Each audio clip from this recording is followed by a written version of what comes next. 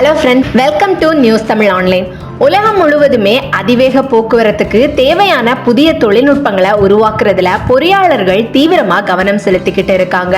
புதிய கண்டுபிடிப்புகள், புதிய வாய்ப்புகள் மற்றும் சுற்றுச்சூழல் பாதுகாப்பு குறித்து மக்கள் அதிகமா பேசிக்கிட்டு இருக்காங்க. இதுக்காக விமான போக்குவரத்து மற்றும் அதன் சுற்றுச்சூழல் பாதுகாப்பு குறித்து முன்வைக்கப்படக்கூடிய நவீன யோசனைகள் இனி முக்கியமானதாகவும் இருக்கும். இன்னைக்கு நம்ம மின்சார விமானங்கள், ஹைபிரிட் தொழில்நுட்பங்கள் மற்றும் புதிய போக்குவரத்து முறைமைகள் பத்தி, எதிர்கால விமான போக்குவரத்து பற்றின சில விஷயங்களை தான் இன்னைக்கு இந்த வீடியோல பத்தி தெரிஞ்சுக்க போறோம். வீடியோக்குள்ள போறதுக்கு முன்னாடி நீங்க இன்னும் நம்ம சேனலை சப்ஸ்கிரைப் பண்ணல அப்படின்னா சப்ஸ்கிரைப் பண்ணிக்கோங்க. அப்படியே பக்கத்துல இருக்கக்கூடிய பெல் ஐகானையும் கிளிக் பண்ணிக்கோங்க. வாங்க இப்ப நம்ம வீடியோக்குள்ள போகலாம்.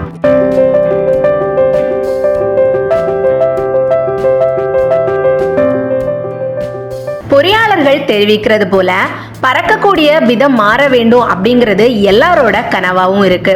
உலகத்துல கார்பன் உமிழ்வுல இருந்து விமான போக்குவரத்தோட பங்கு 3% இருக்கு. இது ரொம்ப மோசமானது கிடையாது. ஆனாலும் 2050 ஆண்டுல இதோட எண்ணிக்கை 8 மடங்குக்கு மேல உயரும் அப்படின்னு கணிக்கப்படுது. அதனால நம்ம இதுக்கு ரொம்பவே கவனம் செலுத்தணும். விமான மாசுபாட்டுக்கு சிக்கலான தீர்வா நம்ம உயிர் எரிபொருளை பார்க்கலாம். இது பெரும்பாலும் பயோமாஸ் அல்லது ஆல்கே போன்ற பெட்ரோலியம் அல்லாத பொருட்கள்ல இருந்து உருவாக்கப்படுது. ஆனா இதே சமயத்துல விமான போக்குவரத்துக்கு இது போதுமானது அல்ல அப்படிங்கிறது உண்மை. மேலும் ஹைட்ரஜன் அப்படிங்கிற ஒரு ஆற்றல் மூலமும் இருக்கு. அத சோதனைகள் மூலமா உருவாக்கணும். தற்போது மின்சார விமானங்கள் அதிக நம்பிக்கைக்குரியதா கருதப்படுது.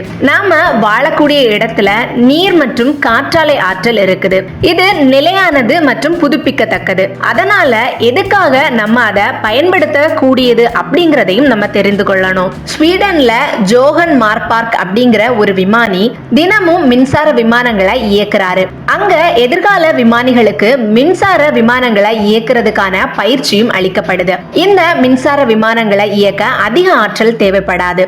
சுமார் 1.5 மணி நேரம் சார்ஜ் செய்வதன் மூலமா 30% இருக்கக்கூடிய பேட்டரி 45 நிமிஷங்கள் வரைக்கும் பறக்க முடியும். ஆனா பெரிய விமானங்களை கட்டமைக்க இது மிகப்பெரிய சவாலை உருவாக்குது. போயிங் 747 விமானத்தை 5 மணி நேரம் இயக்க மிகப்பெரிய பேட்டரிகள் தேவைப்படும். அதனால மின்சார விமானங்களை இயக்குவதில் பல சவால்களும் இருக்கு. இப்போ 2 விதமான செயல்முறைகளை நம்ம பரிசீலிக்கணும். முதல்ல பேட்டரி சார்ஜிங் அமைப்பு. இது விமானத்துல நிலையா பொருத்தப்பட்ட பேட்டரிகளை வச்சு வயர்களை இணைச்சி சார்ஜ் செய்வதற்கான ஒரு செயல்முறை. இது கேட்பதுக்கு ரொம்பவே எளிமையானதா இருந்தாலும் தற்போது விமான போக்குவரத்து சேவையில இது நேரத்தை வீணடிக்குது. ரெண்டாவது, பேட்டரிகளை மாற்றக்கூடிய முறை. இதுல ஏற்கனவே சார்ஜ் செய்யப்பட்ட பேட்டரிகளை வச்சுக்கிட்டு விமானம் வரும்போது ஏர் ஃப்ரேம்ல இருந்து பேட்டரியை அகற்றுவதும் சார்ஜ் செய்யப்பட்ட பேட்டரியை பொருத்துவதும் இதுல அடங்கும். இது இடத்தையும் நேரத்தையும் மிச்சமாக்கும். ஆனா இதுக்கு அதிகமான நிபுணத்துவம் தேவை. பிபி ஸ்டைல் நிறுவனத்தோட மின்சார விமானங்களுக்கு முதல்ல பாதுகாப்பு சான்றிதழ் வழங்கப்பட்டது. ஆனா கார்கள் கூட ஒப்பிடும்போது மின்சார விமானங்களுக்கு பாதுகாப்பு சான்றிதழ் பெறுறது அப்படிங்கிறது மிகப்பெரிய சவாலா இருக்குது. ஏன் அப்படின்னா ஆய்வு, பரிசோதனை மற்றும் பேட்டரிகளோட பாதுகாப்பு ஆகியவற்றுக்காக நீண்ட காலம் காத்திருக்க வேண்டி இருக்கு. கடந்த ஜனவரியில ஐரோப்பிய நாடாளுமன்றம் குறுகிய மற்றும் இடைப்பட்ட போக்குவரத்துல மின்சார விமானங்களை பயன்படுத்த வேண்டும் அப்படின்னு வலியுறுத்தியது. ஸ்வீடன்ல உள்ள ஹாட் ஏர்பஸ் நிறுவனம் 2026 ஆண்டு 25 பயணிகளோட 800 கிலோமீட்டர் வரைக்கும் பயணிக்கக்கூடிய விமானத்தை உருவாக்க முயற்சி செஞ்சுக்கிட்டு இருக்காங்க. ஆனா உலகளாவிய விமான போக்குவரத்துல இதுக்கான சதவீதம் ரொம்பவே குறைவா தான் இருக்கு. 2050 ஆண்டுல இது 2% அதிகரிக்கலாம் அப்படின்னு மதிப்பீடு செய்யப்பட்டிருக்கு. ஆனா இது கார்பன் உமிழ்வை குறைக்கிறதுல அதிக பங்கு வகிக்காது. நாம ஹைபிரிட் முறையில விமானங்களை இயக்கலாம். இதுக்காக மின்சார மோட்டாரை இயக்குவதற்கு எரிபொருட்களை பயன்படுத்தலாம். மேலும் பேட்டரிகளை சார்ஜ் செய்வதற்கான எரிபொருளும் தேவைப்படும். மேலும் மின்சார மோட்டாரை மட்டும் பயன்படுத்தி விமானத்தோட உந்துதலுக்கு எரிபொருளை மட்டுமே நம்ம பயன்படுத்தலாம். இதுக்கு சிறிய ரக விமானங்கள் பெரிய விமானங்களாக மாறுமா என்பதுல சந்தேகம் இருக்குது. ஆனா ஹைபிரிட் யோசனை சிறந்த தீர்வா இருக்கும். 2050 ஆண்டுல ஹைபிரிட் விமானங்கள் மூலமா 40% கார்பன் உமிழ்வுகளை குறைக்க முடியும் அப்படின்னு மதிப்பீடு செய்யப்பட்டிருக்கு. நீண்ட விமானங்கள் பெரும்பாலும் உயிர் எரிபொருளை பயன்படுத்த வாய்ப்பு இருக்கு. கிளாஸ்கோ பல்கலைக்கழகத்துல ஒரு மாணவர் குழு புதிய விமான போக்குவரத்து திட்டத்தை உருவாக்கி இருக்காங்க.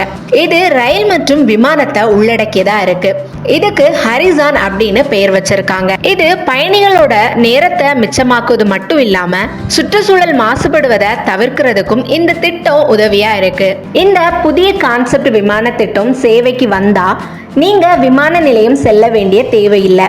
உங்க அருகில் இருக்கக்கூடிய ஸ்கைலிங்க் அப்படிங்கிற நிலையத்திற்கு போய் உங்களோட உடைமைகளை கொடுத்து ரயில் மாதிரி இருக்கக்கூடிய பாட் அப்படிங்கிற பெட்டியில நீங்க அமர்ந்து செல்ற அளவுக்கு இது வடிவமைக்கப்பட்டிருக்கு. பாட் பெட்டியில 48 பேர் பயணிக்க முடியும். இந்த பெட்டிகள் பேட்டரியால இயங்கும்.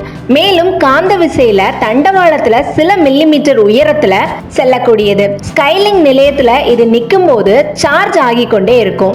இந்த பாட் பெட்டிகளை தூக்கி செல்லக்கூடிய வகையில விமானத்தோட கீழ்ப்புறத்துல காந்தபுலம் கொண்ட 2 கொக்கிகள் இருக்கும். தரை இறங்க வேண்டிய இடம் வரும்போது விமானம் வேகத்தை குறைச்சி 240 கிலோமீட்டர் வேகத்துல தரையிறங்கும். அப்போ தரையில இருக்கக்கூடிய காந்த விசை கொண்ட தண்டவாளத்துல அந்த இடத்திற்கு உரிய பெட்டி வந்து இறங்கும். அப்போ அந்த ரயில் பெட்டி மெதுவா வேகத்தை குறைச்சு நிற்கும். இந்த திட்டத்தின் மூலமா பயணிகள் மிக வேகமா அடுத்தடுத்த ஊர்களுக்கும் வெளிநாடுகளுக்கும் செல்ல முடியும். இது ஒரு புதுமையான யோசனை. அது மட்டும் இல்லாம இதனால செலவினமும் குறையும். இதுல பயணிகள் எல்லாருமே ஒரே பெட்டியில செல்றதுனால அங்க உள்ள காஃபி ஷாப், பார் மற்றும் பிற வசதிகளையும் அவங்க யூஸ் பண்ண முடியும். அவங்க இறங்க வேண்டிய இடம் வரும்போது அங்க இறங்க வேண்டிய பயணிகள் மட்டும் குறிப்பிட்ட பாட் பெட்டிக்கு செல்லுமாறு அறிவுறுத்தப்படுவாங்க. இதனால விமான நிலையம் செல்லக்கூடிய நேரத்தையும் பாதுகாப்பு சோதனைகள் போன்றவற்றால ஏற்படக்கூடிய கால விரயங்களையும் தவிர்க்க முடியும். இந்த புதிய கான்செப்ட் மூலமா செலவினம் மற்றும் மாசுபாட்டை குறைக்கக்கூடிய வாய்ப்பும் இருக்குது. இந்த கான்செப்ட் 2050ஆம் ஆண்டு நினைவாகக்கூடிய வாய்ப்பு ரொம்பவே அதிகம் அப்படின்னு கிளாஸ்கோ பல்கலைக்கழக மாணவர்கள் கூறியிருக்கிறாங்க. ஓகே ஃப்ரெண்ட்ஸ், இது போல இன்னும் அதிகமான தகவல்களை தெரிஞ்சுக்கிறதுக்காக நம்மளோட நியூஸ் தமிழ் ஆன்லைன் சேனலை சப்ஸ்கிரைப் பண்ணிக்கோங்க. அப்படியே பக்கத்தில் இருக்கக்கூடிய பெல் ஐக்கானையும் கிளிக் பண்ணிக்கோங்க. அப்பதான் நாங்க போடக்கூடிய புது வீடியோஸ் உங்களுக்கு நோட்டிபிகேஷன்ல வரும். தேங்க்யூ.